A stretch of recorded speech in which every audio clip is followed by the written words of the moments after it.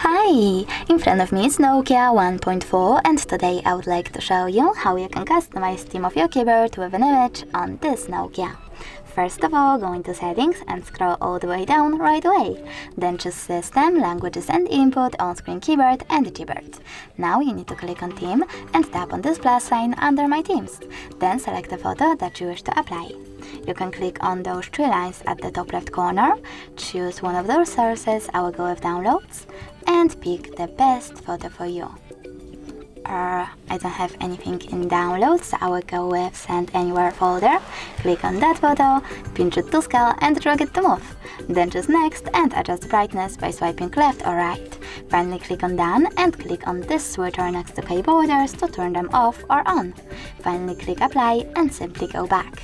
And now, as you can see, theme of my keyboard was successfully customized. Thanks so much for watching. If you enjoyed this video, leave a like, comment and subscribe. Bye!